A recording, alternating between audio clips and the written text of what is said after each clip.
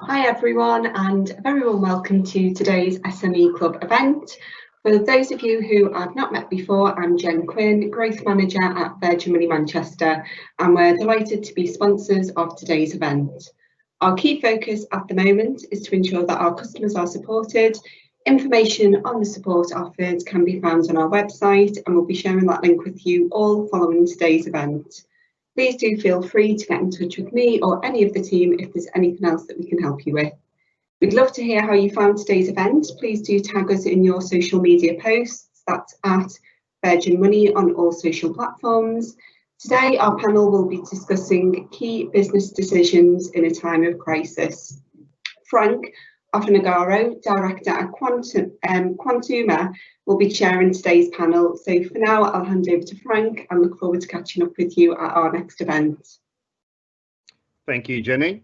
My name is Frank Ofonagoro, and I help lead Quantuma's financial advisory offering nationally. I'm pleased to introduce another Quantuma webinar. Today, we'll be discussing some of the primary business decisions that management teams should focus on in times of crisis, and clearly very pertinent in the current time, given we're living in a COVID-19 age. I'm joined this morning by James Williams of Eversheds. Can you introduce yourself, James, please? Hi, I'm James Williams of Eversheds. I'm a principal associate in the restructuring team, and I'll be contributing to the presentation in relation to some of the legal aspects when invited by Frank, and more in particular looking at the director's duties slide that comes later in the presentation. Thank you, James. We estimate that this webinar should take approximately half an hour. There will be time for questions at the end, but please feel free to ask any questions as we go along by using the Q&A button, which you can find at the bottom of your screen. Next slide, please.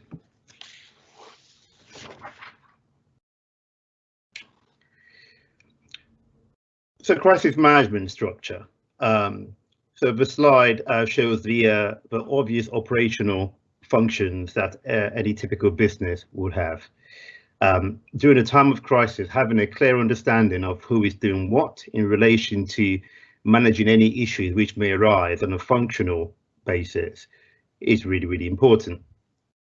Depending on the size of your business, you may consider giving ownership to senior members of the exec team in relation to managing any issues which may arise across these functions. Regular communication is key in times of crisis. Everyone needs to be pulling together, and there needs to be clear channels and lines of communication flowing both ways, top and bottom. It's critical in having a clear project plan to deal with any particular crisis the business may face, by making sure that structure is put in place to track and monitor the progress in dealing with issues as they arise. There should be regular updates on progress to the board. This should influence the business's strategic response. Equally important, ensure there's clear accountability amongst the management as to the basis on which issues are being dealt with and addressed. Next slide, please.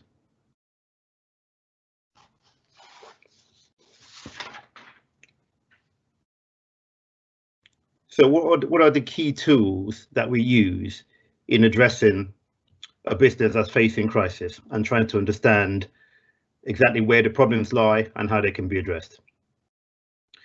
During my career, one of the foremost tools that I use when advising or looking to support a business in stress or distress is very quickly ensuring that a rolling 13-week cash flow is prepared. This tool serves a multitude of purposes. In times of crisis, granularity of information is key. And what a rolling 13-week cash flow should give a business is an itemized view of all sources of income which the business is generating, and equally as important, all sources of cash outflow from the business. In times of crisis, you want more information, not less, Management teams need to really get into the detail and understand every component that drives cash around the business. If we focus on the income line, for example, what income does the business currently generate?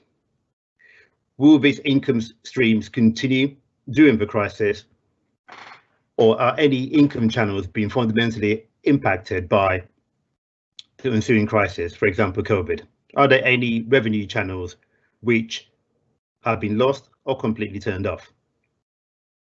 We know anecdotally a lot of businesses would have suffered a dramatic fall in income as a result of the pandemic. Some as much as 90 to 100% of income completely lost. Are there any new income streams options which the business can pursue? Anecdotally, we've seen instances of some businesses actually finding opportunity, if that's the right phrase to use, to generate new income streams as a result of the pandemic. Obviously, there's income from the raft of measures introduced by the UK government. The key here is making sure that every avenue of cash inflow into the business is documented and tracked as the weeks progress. Next slide, please.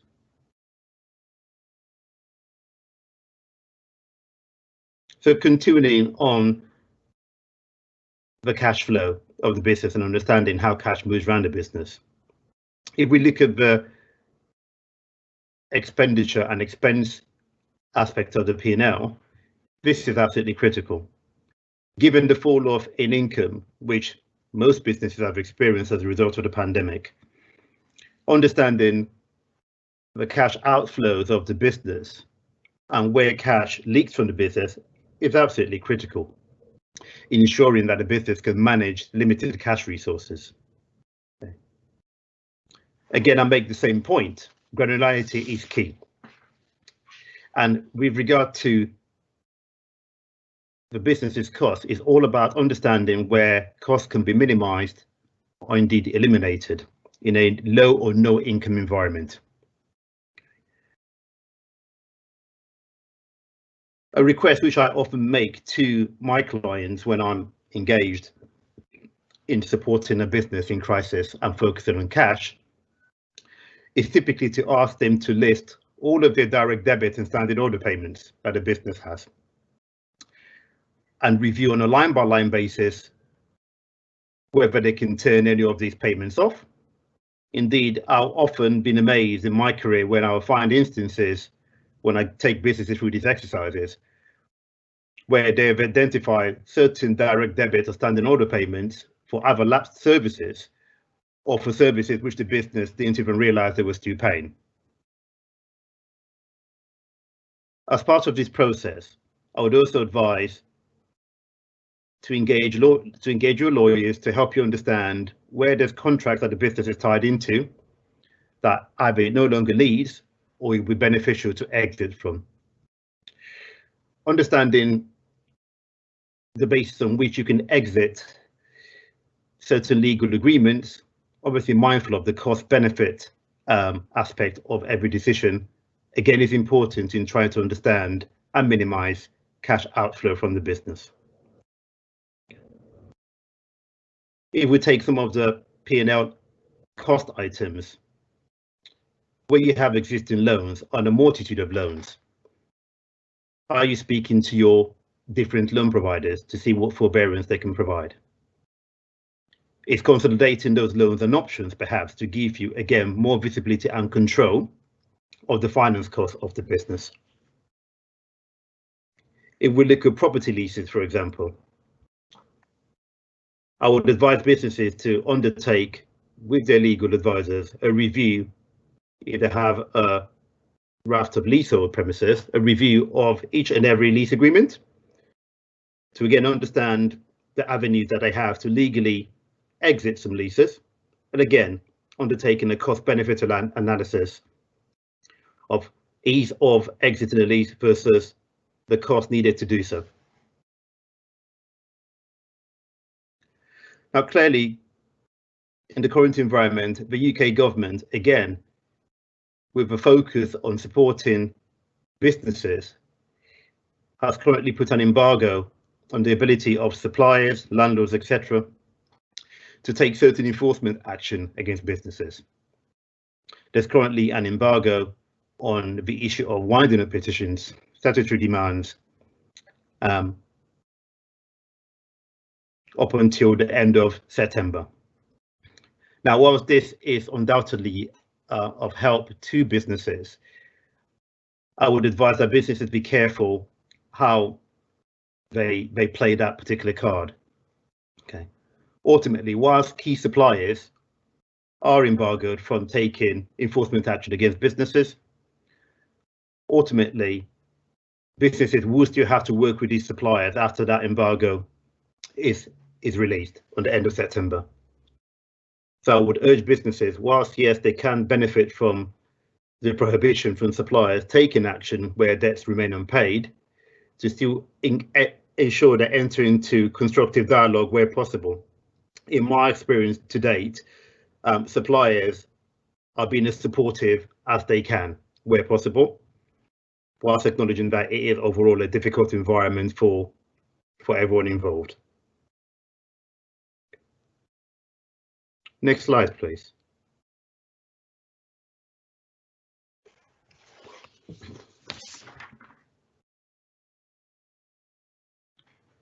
In times of crisis,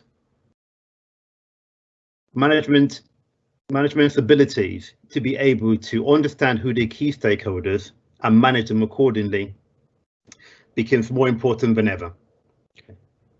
A useful management tool during these times of crisis will be the preparation of a key stakeholder communication plan.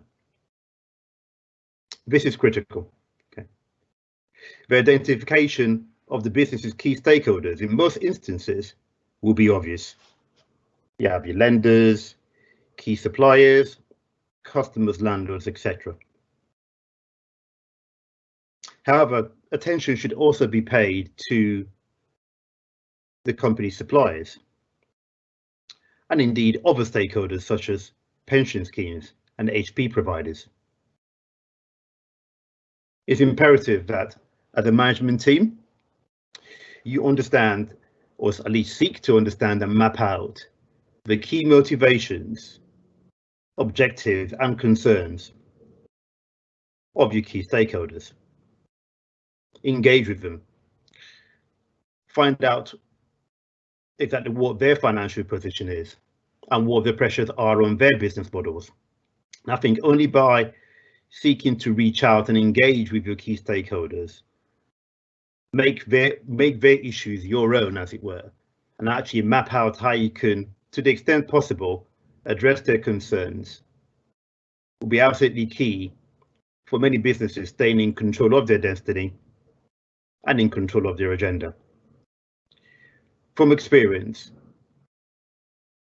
key stakeholders to a business, unless managed properly and to their satisfaction, will seek to control their agenda and take control of the situation themselves in a bid to protect their position. And indeed, one of the key aspects of the engagements I get involved in as a financial advisory practitioner is to assist corporate boards and business owners to stay in control of their own destiny and control of the agenda. And the way to do so is by making sure that you engage with your key stakeholders,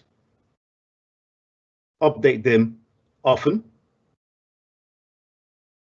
address their concerns as quickly as you can, and that way you stand a better chance of controlling the agenda and your own destiny.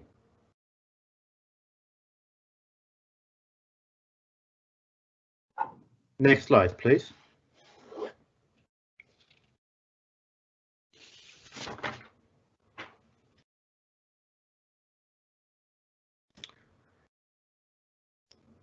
I've already mentioned during the webinar, and again, it will be no surprise to anyone on the call, but the UK government has announced a raft of measures at the onset of the pandemic to support businesses and business owners.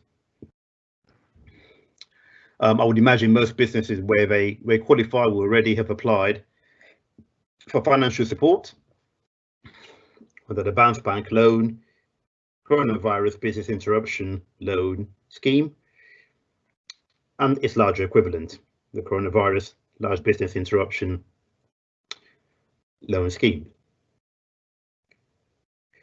In addition, businesses in the retail, hospitality and leisure sector in England, who clearly, if you listen to the news, have been ravaged by the pandemic, also do not have to pay any business rates for the 2020 to 2021 tax year. I mean, whether the UK government chooses to prolong some of these support measures is still to be seen. In addition as well, clearly businesses, again, where they qualify, have been taking advantage of the furlough scheme. But it's worth noting that the government, again, mindful of the public finances, is gradually starting to taper off the furlough scheme. Okay. Again, it goes without saying that actually where businesses qualify for the raft of measures available, they should be seeking to apply and benefit of the same.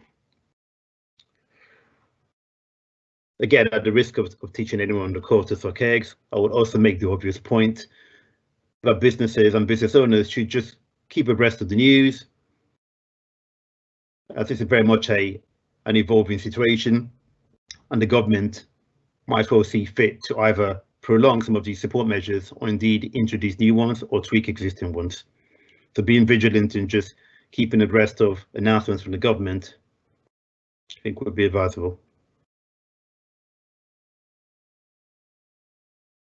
Next slide, please.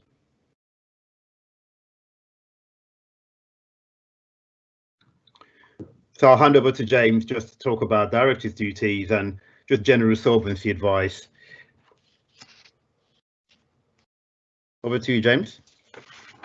Hi. So just to echo what Frank has said in the preceding slides, it's really important that in order to control the agenda and maintain control on events, that a legal review of the company's position is done at a relatively early stage. And Frank has touched on it a little bit to say that things like leases should be reviewed so that you can take advantage of any rent review provisions or termination provisions, etc. But I'll just touch on two sort of key themes that legal review should deal with. The first is things that probably needed sorting out anyway, but for whatever reason they weren't done, and perhaps nobody was aware that they needed doing. So things like a quorum board. I've acted for a company where we were brought in fairly late, 8 weeks out from the insolvency event, and the company had been crisis managing for a good 3-4 months and taking quite important decisions about the company's future. And the first thing that we did when we came in is to read the articles and highlight that the company actually was short of at least 2 board members. So we were able to put more people on the board and move forward on a proper footing. So things like that are missed but need sorting out, and as the crisis moves forwards and time becomes more precious, those are sort of things that are going to get in the way of dealing with the things that you should be dealing with on a day-to-day basis. The second element that legal review should be picking up are, as Frank says, review of the key contracts for any assignment provisions, prohibitions on assignment, or review of the finance documents, loan documents, in particular any financial covenants that may be breached by taking on additional lending or may be impacted upon by any government support. And what that does is by understanding that position, you're then able to take and approach the key stakeholders from a position of knowledge and to present them with solutions rather than problems. It puts you on such a better setting and a better footing to be speaking to lenders and banks from a position where you understand that there's potential breach and that you're working on it and that you've already thought of the solution and this is what you're proposing. Another element would be in employment advice. There's a lot changing in the employment world with furlough of employees, and it's just important to understand in a large group of companies, say for example, where do all the employment contracts sit? It's not unusual to sometimes find that through amalgamations and just the general course of a company's history that perhaps the employees' employment contracts are sat in the wrong company, or a few of the key important ones are. So I'll just talk now in relation to directors' duties. Now, in summary, directors' duties can be boiled down to acting in the best interests of the company and acting and exercising a degree of care and skill that a reasonable, diligent person would exercise. These duties switch from the company and its shareholders to creditors at a time of insolvency. Now, in a time of crisis and perhaps financial difficulty, it's quite difficult to pinpoint the exact moment that the duty switches from shareholders to creditors. We call this the twilight zone because of that uncertainty. So what should you be doing to protect yourselves as directors against risk that you're acting in breach of your duties? Well, it's really important to take professional financial advice. One of the reasons for this is that the reviews and cash flow statements that Frank has discussed earlier will help you to understand when the duty switches from shareholders to creditors. They give you the financial picture to be able to take the decision or take a view on what time that duty switches over. It's not clear cut.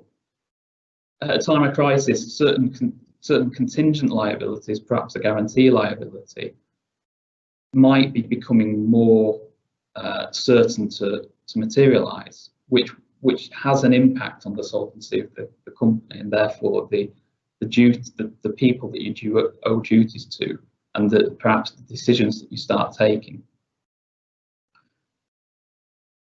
The other thing that it's advisable to do in addition to financial advice is to hold regular board meetings that are recorded to document the decisions that are taken. Now, what sort of decisions do you really need to document? It's things like that the board has considered the cash flow for the next week and that it feels that it is able to meet all its creditors. It's things like looking at any new liabilities that are being taken on and not taking them on if you don't think that there's a reasonable prospect that that person is going to be paid off. It's things like looking at any creditor pressure. Who's making the most noise? Do you need to pay them? Why? And to record the decision as to why you're paying them. What I would recommend is that on those board minutes, there is somebody else attending, whether that's the company's own solicitor or whether it's a private practice solicitor. The reason for that is that at a time of crisis, it's quite easy for the best intentions of people holding board minutes to slip, or even if the board minutes are even if the board meeting is held, for the board minutes then not to be properly recorded and circulated and signed off. Now I'll come on to why that record of decisions is quite important when I look at the next point, which is what are the key significant liabilities that you protect against. I've already touched on directors' duties. So a director can be sued for breach of duty, and that's exercising reasonable care and skill of a diligent person and acting in the best interests of creditors if that's the right time. There are other claims that directors can face. One of them is a claim for wrongful trading. Now, recently, the Corporate Insolvency and Governance Act, much has been made of it to say that it has acted to suspend directors' liabilities for wrongful trading. That's not right. That commentary is just slightly misleading. What the Insolvency and Governance Act has done is act to mitigate the risk that a director is found liable. So it doesn't remove the risk, it just mitigates against it. So what is wrongful trading?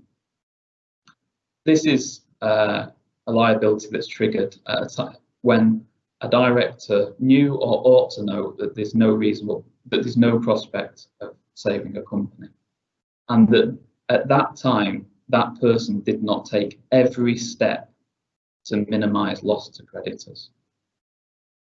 It's not didn't take every reasonable step. It's take every step. So if you are faced with a claim for wrongful trading, it is very, very helpful to be able to point to regular documented and refer to regular documented board meetings that are minuted, and therefore be able to provide answers as to what he did and why he did it and why that was in the interest of creditors. Some other claims that a director can trigger director's liability are transactions that undervalue and preferences. Now, these are transactions that take place shortly prior to a company's insolvency, which the court can overturn in certain circumstances. And if a director has caused the company to enter into one of these transactions, it's quite often seen as a breach of duty. So what is a transaction undervalue? I'm not going to go into the legal test, but it sort of is what it says it is. The company has entered into a transaction whereby it's not received the full value for the asset that it's transferred to somebody else. But there's quite a lot to think about in that, and that's just what I want to get across. In that, you sometimes come across directors that have caused the company to enter into a transaction undervalue because they thought that they were receiving full value for what they were doing. It can be quite complicated when transferring an asset in return for a debt write-off, or transferring an asset in return for a third party accepting a liability to the company. Things that have to be considered are covenant strengths from the incoming third party. Is it as good as the other covenant strength?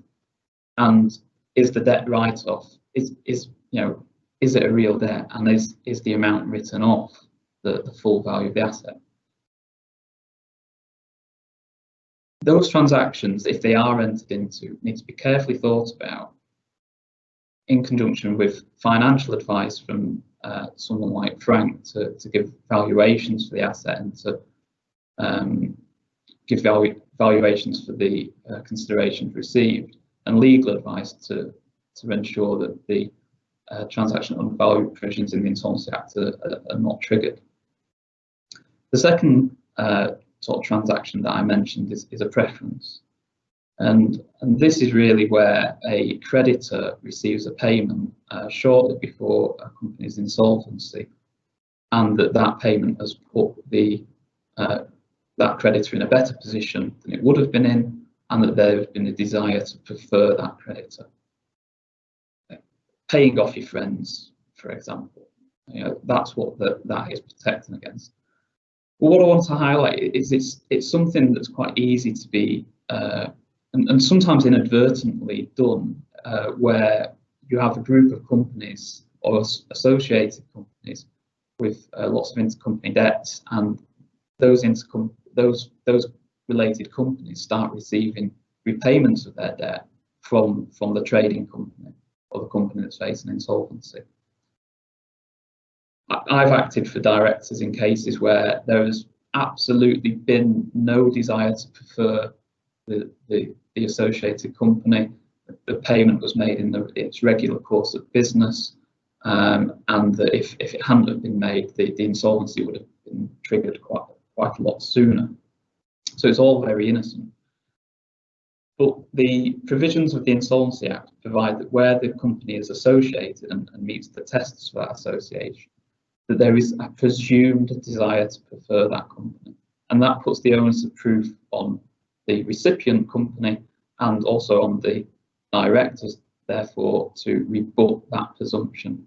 So therefore, it's very important that if a transaction that could be seen as a preference is undertaken, that the reasons for that payment are properly documented so as to best mitigate against the risk that it is seen and overturned as a avoidable preference. Frank, that's all I have to say about that. So. No, thanks, James. I think that's really, really useful overview of, I guess, the pertinent considerations that directors from a personal perspective and also from a commercial perspective need to be certainly aware of. So thanks for that, James. That's really, really useful. If you just move on to the next slide now, please. So I'm looking at the time now, so it's 10:33. So thanks to James, I think we've managed to finish on time. We do have time for questions. If there are any questions people want to submit, then we can address those. We will also be circulating the slides for this webinar to everyone in attendance. So we'll be doing that as well as a matter of course. I'll give it a couple of minutes while people type to see whether we do have any questions before I Well, I think, Frank, while we wait for some questions, we could possibly just discuss one or two changes to the that have been brought in by the yeah, good idea, James. Insolvency and Corporate Governance Act. Yeah, good idea. I mean, one of the major new things that Act has brought in is the moratorium that's available to companies. That is a moratorium against creditors' action, and the directors retain control of the company with the oversight of an insolvency practitioner. It's quite a big change in that, as an insolvency procedure goes, the control remains with the directors. It's something that when directors are considering the options of different insolvency procedures, CVAs, liquidation, administration, it's now another thing that should be considered by the board and advice taken thereon. Yeah. Right. Have you got anything to add? Yeah, no, so it's a good point, James. I think that's right. I think certainly any kind of change in legislation that increases the toolbox of business owners, corporate boards, and indeed very professional advisors, with a bid to trying to rescue the company or the business has got to be applauded. I think we're still in its infancy, so it remains to be seen how widely that moratorium process would be practically adopted and implemented.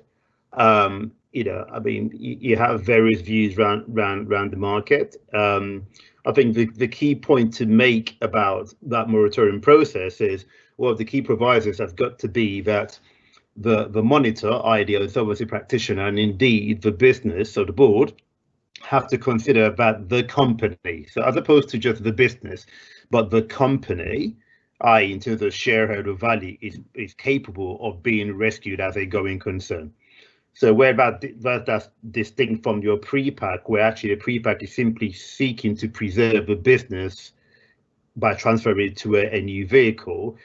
A qualifier for the moratorium has got to be that the company itself is capable of being rescued. Now, what that means is that any IP acting as a monitor will need to be able to satisfy themselves, and ultimately as an officer of the court, that actually they believe, with management's assertion that that company is capable of being rescued before that monitor takes on that appointment. Now, in essence, what does that mean? Does that mean that monitors, to make sure they're not falling foul of their own duties, are undertaking a review or wanting to do some work in advance of accepting that appointment to satisfy themselves that the company is capable of being rescued? Now, clearly there'll be cost and time implication to that, and also it means that is quite a risky proposition for an IP to accept that role, or in effect vouch for what a management board is saying without doing their own homework. So again, I think it remains to be seen how practically that will play out. Will it be more suited to the more bigger SMEs and bigger businesses as opposed to your 3, 4, 5 million turnover business? Again, we'll have to wait and see. But I guess I'll cautiously welcome it to say I think it's a good thing that actually the government is adding to the toolkit for rescue culture. But it remains to be seen how practically speaking, to what extent that will be adopted among your average SME business. I suppose, if there are no questions, but there are still people on the call, I would just touch on and expand on a couple of things that you said, Frank, on the slides. And one of those was in relation to management of key stakeholders. And on that slide, you mentioned customers and suppliers. Yeah. And I think it's worth drawing out from that customers, it's one thing that quite often overlooked, but the protection of customer deposits is something that's quite important when considering directors' duties and protecting against a wrongful trading claim. For example, you can't just keep taking people's deposits right up until the day of insolvency, and then, without, it's sort of a catch-22, isn't it? If you don't take people's deposits and you don't take orders, then you're going to close up tomorrow. Yeah. But at the same time, if you do take orders and you do take deposits, particularly deposits, and then you go into an insolvency process and people lose those deposits, there's quite a big question about whether, as a director, you were doing everything possible to mitigate the risk to creditors. Yeah. So one thing that one of the pieces of advice that we will usually give is that for any deposits that are paid, a trust account is set up that is held separately and ring-fenced to allow those customers to have their deposits back if the orders are not able to be fulfilled. And in relation to suppliers, I would just flag that some suppliers act under retention of title clauses. It's quite important to understand which suppliers are supplying on that basis and which aren't, and whether if you're selling somebody's goods that were subject to retention of title, is that supplier actually going to receive the money or not? It's just one consideration that really needs quite detailed attention to best protect you as directors. I think that's right, James. I think it's timely advice. In terms of the customer deposits, I think you're absolutely right. That tends to be quite a delicate balance.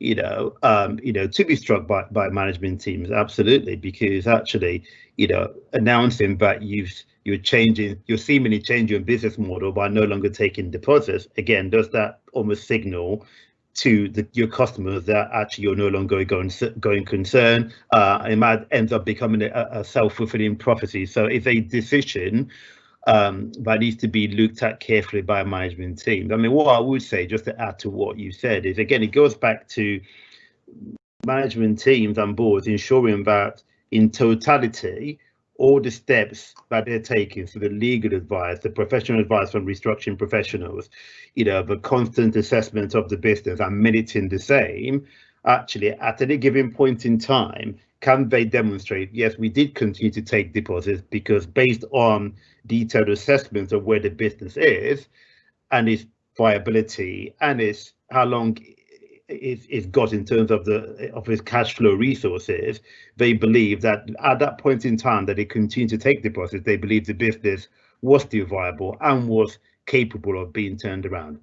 So I think it's an absolutely timely point to make, and it really is about just that ongoing continuous assessment of where the business is and making sure that every decision, commercial decision that is taken and made, you can stand behind that and provide evidence as to the basis on which you actually made that decision. So it's a good point to make. So just conscious of time, so we haven't seen any questions submitted, so I think it's probably a good idea to wrap up then. So I'd just like to thank everyone that's taken time out of undoubtedly busy schedules to join us this morning. I think it's certainly a very pertinent topic, given that the country is going through quite a difficult time, and many businesses, if not all businesses, are going through particularly challenging times. So thank you for taking time to join us this morning. I guess just to recap,